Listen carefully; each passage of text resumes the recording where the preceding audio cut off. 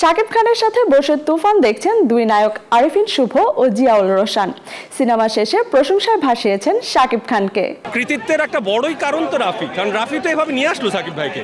এর আগে শাকিব ভাইকে আমরা এভাবে দেখছি কিনা আমার মনে নাই। আমি তো বলবো আরো ভাঙতে, একই ধরনের না করে আরো ভিন্নভাবে দেখতে চাই, বাট ব্রিলিয়ান্ট।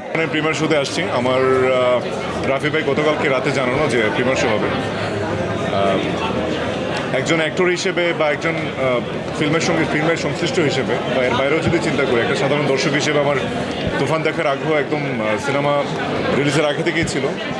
সো আজকে আমি চাচ্ছিলাম মনে হয় একটা প্রিমিয়ার শো হোক, তাহলে একটা উপলক্ষ খুঁজে পাবো যে সিনেমাটা একসঙ্গে দেখার।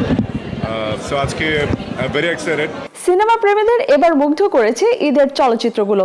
ভালো নির্মাণ আর গল্পের সিনেমা দেখতে চান দর্শক, আর তাই চলচ্চিত্র সংশ্লিষ্টদের কাছে প্রত্যাশা যেন সারা বছর জুড়ে ভালো গল্পের সিনেমা নির্মাণ করেন তারা। লাগে উড়াধুরা আর দুষ্ট কোকিল, এই দুইটা গান খুবই চলতেছে আর কি, মানে পুরো কাঁপিয়ে দিতেছে। ট্রেলার গানগুলো তো মানে অনেক সুন্দর হয়েছে, এই জন্যই আরো মূলত যে আসলে দেখি কেমন। তো আজকে তো সময় পেলাম, এই জন্য ফ্রেন্ডকে নিয়ে আসলাম। তো আয়সা দেখলাম কোনো টিকিটই নেই এখানে, আজকেও নয়, আগামীকাল নয়, পরশুদিনও নয়, পুরো হাউসফুল টিকিট কেনা হয়েছে। একটা এনজয় করার জন্য আসছি, একটা ভালো একটা সিনেমা আসছে বাংলাদেশে, আমাদের সুন্দর একটা দেওয়ার জন্য পরিবেশ সুন্দর ভালো লাগবে, এজন্য মানে তুফান ছবিটা দেখার জন্য আসছি। তুফান ছবিটার দেখলাম যে খুব ভালো অডিয়েন্স দিচ্ছে আর কি, তাই দেখতে আসে আর কি, বিশেষ করে শাকিব খান থাকায়।